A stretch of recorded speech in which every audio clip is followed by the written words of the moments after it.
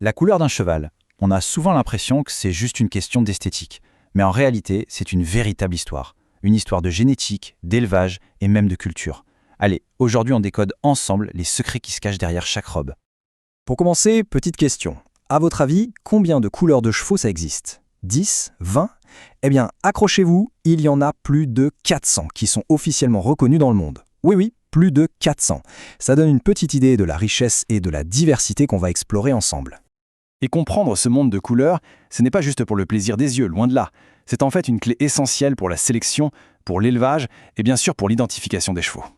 Chaque nuance, chaque petit motif, ça raconte une partie de l'histoire de l'animal. Alors, quand on parle de robe, de quoi parle-t-on exactement? Ce n'est pas juste la couleur du poil, attention. Non, la robe, c'est la combinaison complète. La couleur des poils du corps, celle de la crinière et de la queue, et même parfois la couleur de la peau. C'est en quelque sorte sa carte d'identité visuelle. Maintenant que les bases sont posées, passons aux choses sérieuses. Le plus fou dans tout ça, c'est que cette incroyable diversité de plus de 400 variations, elle part en fait de seulement 3 recettes fondamentales. Ce sont les 3 robes de base qui sont à l'origine de tout le reste. Et voici la première, la plus répandue, la plus classique, la robe baie. Le corps est dans les tons bruns, ça c'est la base, mais le truc vraiment déterminant, ce sont ce qu'on appelle les points noirs. La crinière, la queue, le bas des pattes et le bout du museau. Toujours noir. C'est l'indice qui ne trompe jamais. Ensuite, on a l'alezan. Là, tout est dans la chaleur des tons. Le corps et les crins sont dans des nuances de roux, du plus clair au plus foncé. Le point crucial ici, c'est l'absence totale de pigments noirs.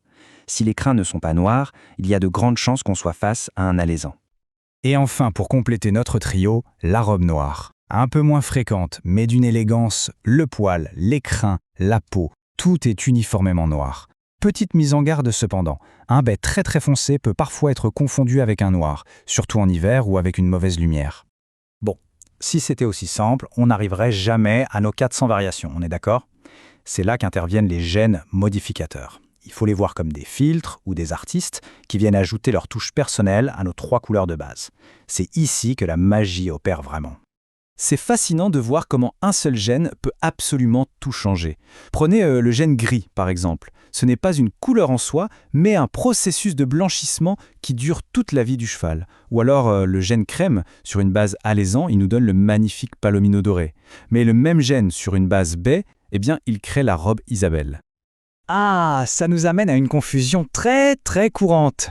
Isabelle ou palomino. C'est vrai que les deux ont un corps doré. Mais la clé pour les différencier, c'est de regarder les crins.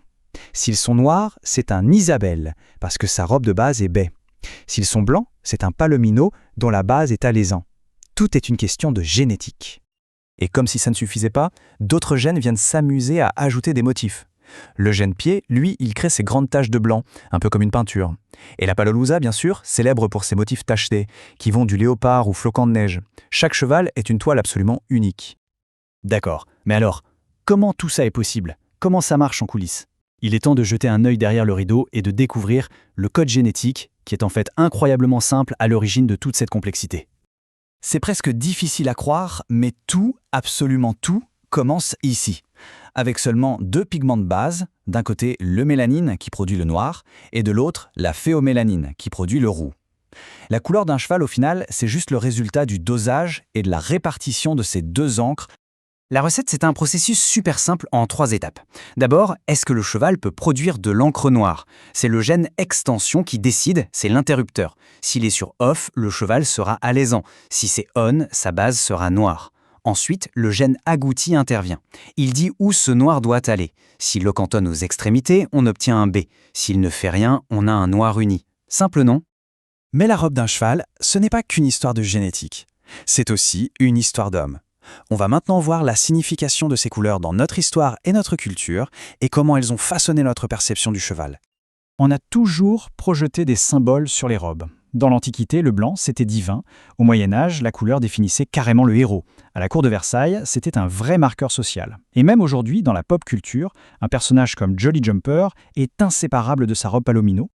Au final, s'il y a une chose à retenir, c'est celle-ci. La robe d'un cheval, c'est tellement plus qu'une simple apparence. C'est un mélange fascinant de génétique ultra précise, d'histoire profonde et de symbolisme culturel. C'est un langage qui nous en dit long sur l'animal et aussi sur nous-mêmes. Alors la prochaine fois qu'on croisera un cheval, au-delà de sa couleur, quelle histoire sa robe nous racontera? Celle d'un alezan pur, d'un bai modifié par un petit gène de dilution, ou peut-être d'un gris en pleine transformation. C'est tout un langage qu'on peut maintenant commencer à décoder.